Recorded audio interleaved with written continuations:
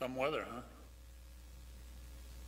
When in doubt, you always open a conversation talking about the weather, especially when it's obvious.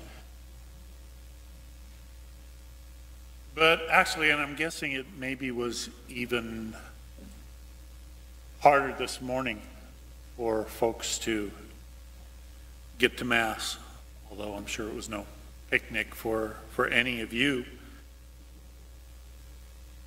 I was thinking about it. I really dread confessions next Saturday.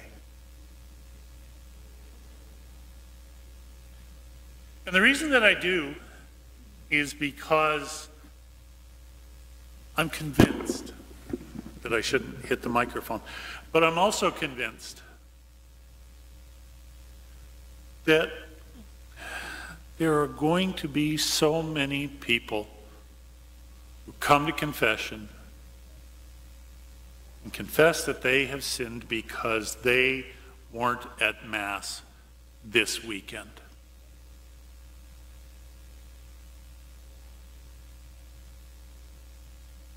And in their minds, they would say, yes, I know that it was very difficult. Maybe in some cases it would have been even dangerous. It would have been foolhardy to come to Mass. And yet, nevertheless, I just feel like I need to confess that.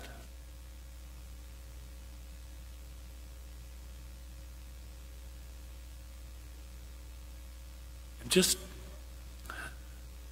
that always frustrates me so much. Because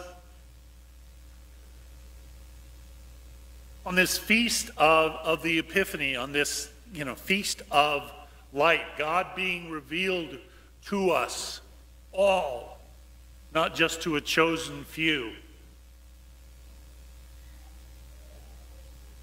God reveals himself to us, and yet we don't get it.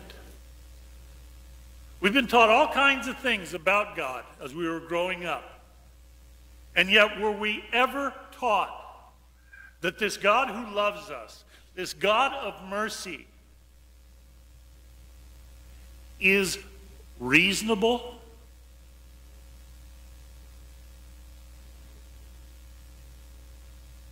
God knows what's going on in our lives. He knows our hearts. And my gosh, on a weekend like this where so many other churches actually were announcing that they were closing, that they weren't having their services. Wimps. Not us Catholics. But still, for people to have that understanding that God, that's the rule, that's the law. And if you're not here, you are offending God. You are getting God mad. No.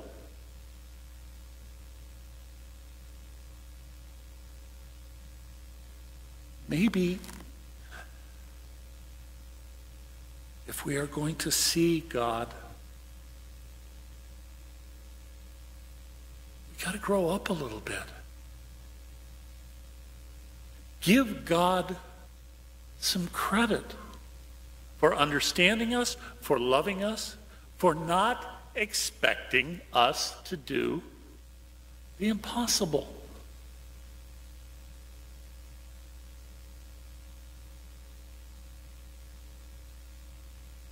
If we can understand that that's who God is, that's who Jesus came to show us, to proclaim to us,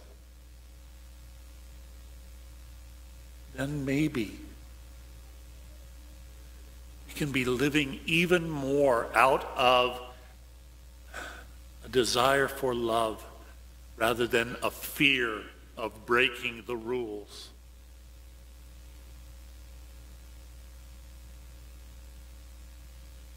God is love.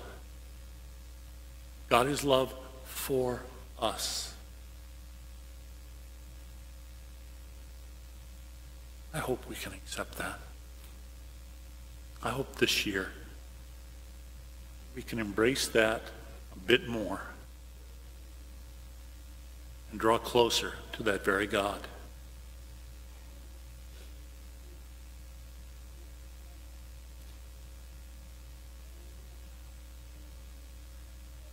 I had a story that I was going to share with you, but I felt like what I just had to say was more important. So I will share that with you some other time. It's one that is appropriate for Christmas or for Epiphany. It has to do with the three kings, but you'll just have to see. But I did want to share with you a tradition of the church from the very early times. I mean the very early times.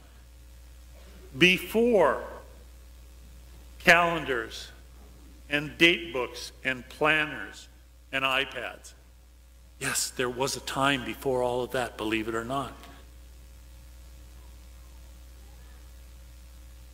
When we would come to the end of the Christmas season, and people would be reminded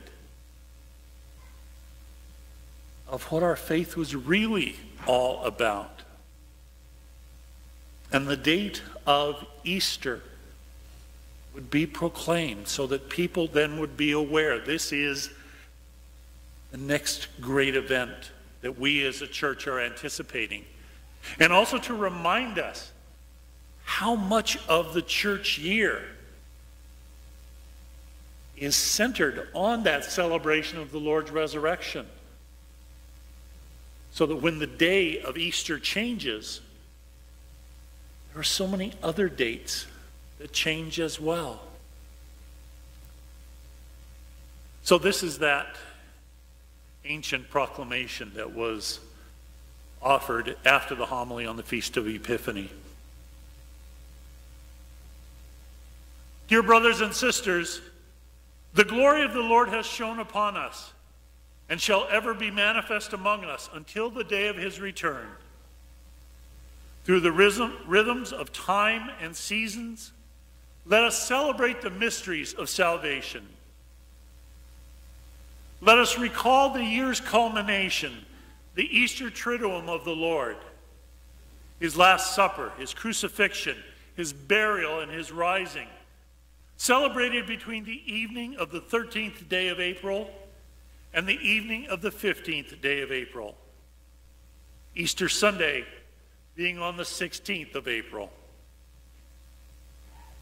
Each Easter, as on each Sunday, the Holy Church makes present the great and saving deed by which Christ has forever conquered sin and death. From Easter are reckoned all the days that we keep holy. Ash Wednesday, the beginning of Lent, will occur on the first day of March. The Ascension of the Lord will be commemorated on Sunday, the 28th day of May.